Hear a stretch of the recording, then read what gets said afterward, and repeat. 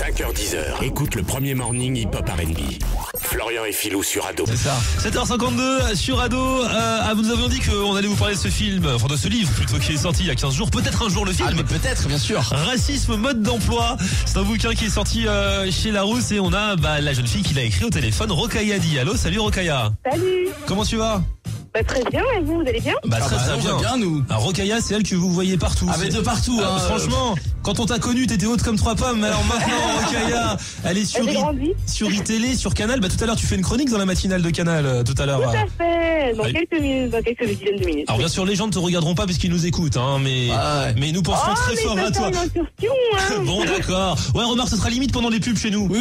Voilà. Donc, de toute façon, dès qu'il y a des gens qui dérapent un petit peu au niveau racisme et tout, je me dis, j'attends la réaction de Rokhaya. Ouais, c'est ça. Quand est-ce qu'elle arrive? Et Rokhaya, c'est elle qui avait notamment, parce que t'as été très popularisée pour ça, qui avait clashé avec Éric Zemmour de ouf l'année dernière sur Canal+. Il y a beaucoup de gens qui sont connus avec ça.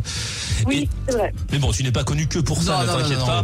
Et là, tu sors un livre qui s'appelle Racisme, mode d'emploi. Et c'est un livre à la fois très intéressant et en même temps sympa parce qu'on apprend des choses parce que c'est bon, il y a un peu, ça démarre un peu avec l'histoire du racisme, comment on en est arrivé là, machin et tout. Et en même temps, c'est engagé et en même temps, t'as ton avis et puis parfois c'est quand même un peu rigolo parce que voilà, t'as une plume qui décrit les choses quand même avec un peu d'humour et d'ironie, Rokhaya.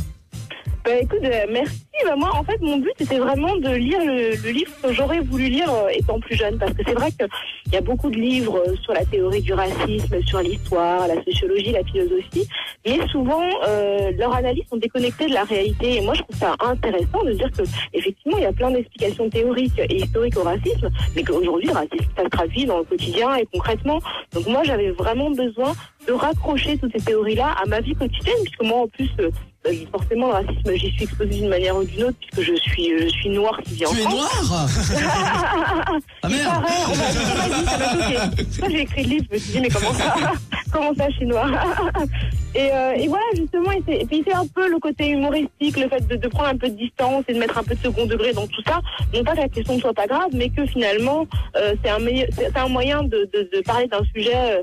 qui n'est pas forcément évident, mais sans que tout le monde se sente culpabilisé ou dans son tournure dramatique. Et tous les thèmes que tu abordes, en fait, voilà, tu les rattaches au réel, à des choses que nous tous, blancs, noirs, rebeux, tout le monde, on peut voir tous les jours, notamment tous les clichés. Et c'est vrai que pour certains, par exemple, c'est un exemple, hein, mais pour certains blancs qui n'y connaissent rien, tous les noirs se ressemblent. Moi-même, j'ai été exposé à ça. Non, c'est vrai. Des gens, j'ai déjà vu genre 2 filles renois qui ne se ressemblaient absolument pas, rencontrer quelqu'un qui se font présenter, qui font mais vous êtes sœurs, alors que le truc rien à voir. Ça m'arrive souvent. Ça m'est arrivé il y a pas longtemps encore qu'on me demande si je suis la sœur d'une amie qui me ressemble pas du tout, quoi. Parce que le racisme, c'est pas forcément méchant, mais c'est des trucs comme ça qui montrent qu'il y a quand même une différence et qui la mettent encore plus en lumière. Et c'est marrant parce que dans le bouquin, il y a une phase qui m'a trop fait marrer.